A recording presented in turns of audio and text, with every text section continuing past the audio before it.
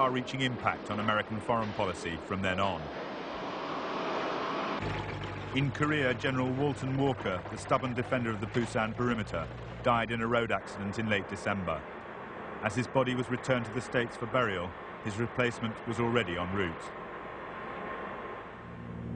General Matthew Ridgway was a paratrooper with a distinguished record in World War II. The grenade and field dressing he wore on his webbing became the personal trademark of this charismatic figure. As he took over the demoralized 8th Army, it was still in retreat. The northern forces swept into Seoul at the end of December, and again the 8th Army couldn't hold them.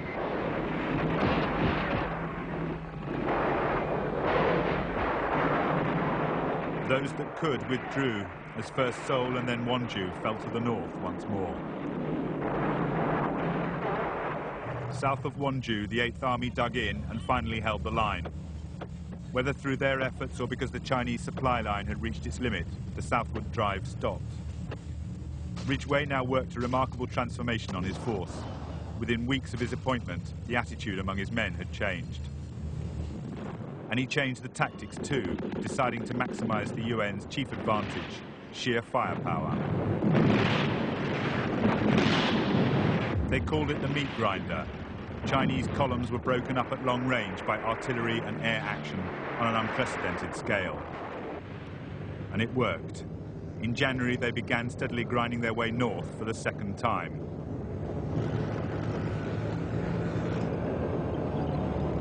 Ridgway ordered them always to move in sufficient strength to provide all-round defense, allowing their artillery and air support to beat a path for them.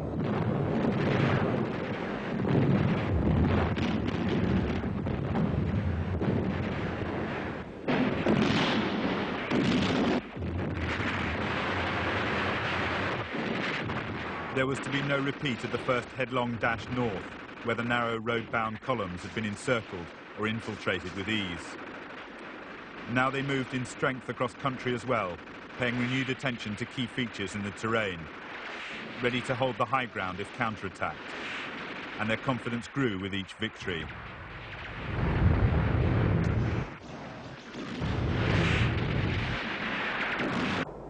At one point, their advance and the spring thaw revealed the fate of some of their comrades. Either ambushed by guerrillas or overtaken by the north in the winter retreat, roped hands and feet revealed they'd been killed after capture. Just one more atrocity in a particularly savage war. By April, they were across the 38th parallel once again. Seoul had changed hands for the 4th time in 1 year.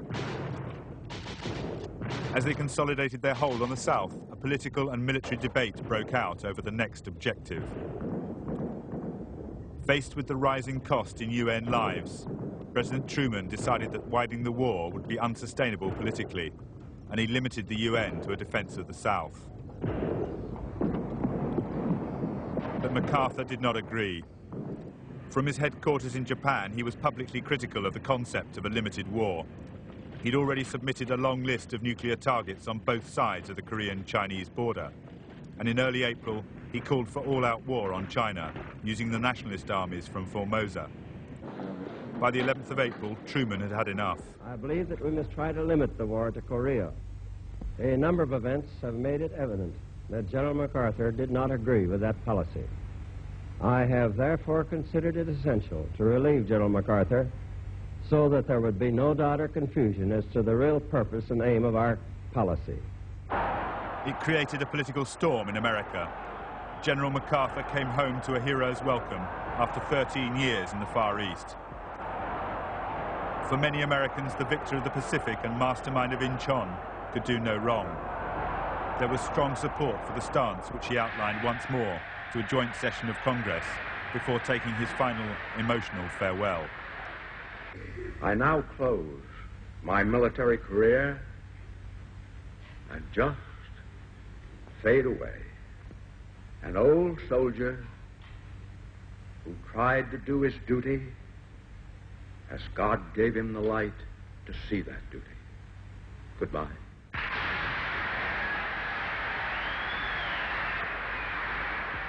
General Ridgway's transformation of the 8th Army made him the obvious choice to take over MacArthur's role at headquarters in Tokyo. The day his own replacement, General Van Fleet, took command in the field, the full force of a Chinese counterattack fell on the 600 men of the British Gloucester Regiment. They stood their ground on the Imjin River for 4 days, by which time only 50 men had escaped death or capture. They held an entire army long enough for the Allies to reform and repulse the attack. Ridgway's meat grinder advance and the defeat of the Chinese offensives left the front line near the 38th parallel, and both sides agreed to negotiate, following a Russian initiative.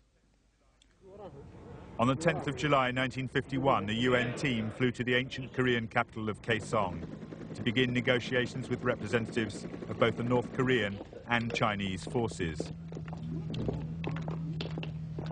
Both sides now needed and wanted a ceasefire. Hopes of peace were high, and at first it seemed tantalizingly close. But there would be frequent breakdowns. The talking and the fighting dragged on at enormous cost in lives for over 2 more years. At the front it was stalemate. Both sides had dug in, and the only aim was to bludgeon a response from the opposite negotiating team.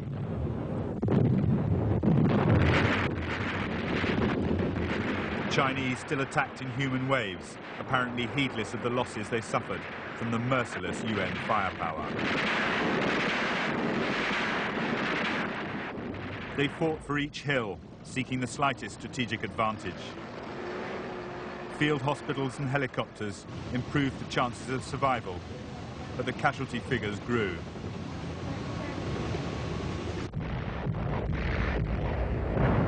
Previously unknown and unremarkable hills became infamous over the next 2 years, as battles raged over their pitted slopes.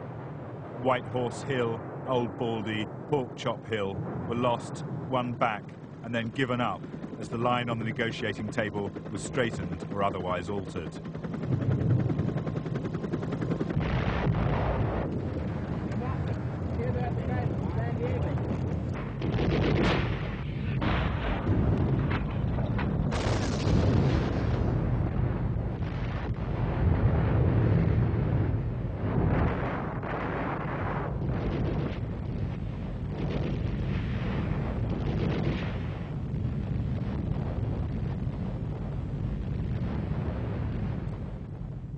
The talks had moved to Panmunjom, where the latest stumbling block was the repatriation of prisoners of war.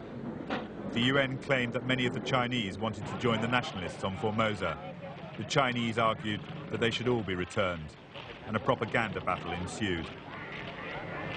Within the camps, communist and anti-communist groups organized and intimidated each other. When communist prisoners took control of Kojido prison camp, tanks and flamethrowers were called in to retake it.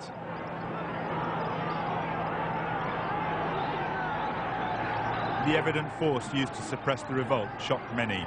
Talks faltered again, with the UN slipping behind in the propaganda war. For over a year, sustained air attacks attempted to cut supplies to the Chinese front line.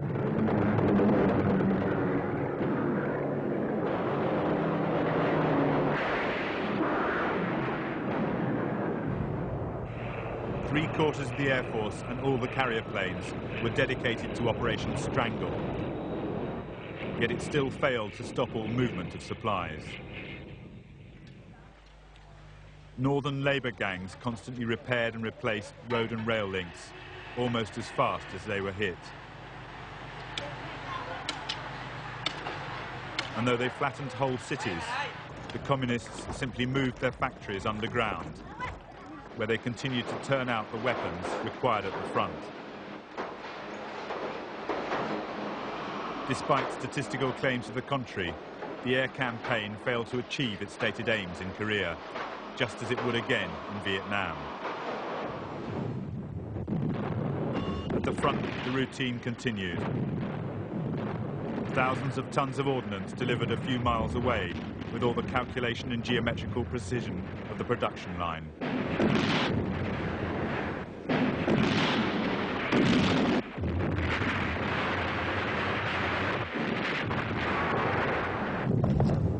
The exchange of sick and wounded prisoners in March 1953 was the first movement towards a ceasefire. With the UN as a belligerent, a commission of neutral nations was required to oversee the peace process. Finally, on the 27th of July 1953, General William Harrison led the UN delegation into Panmunjom.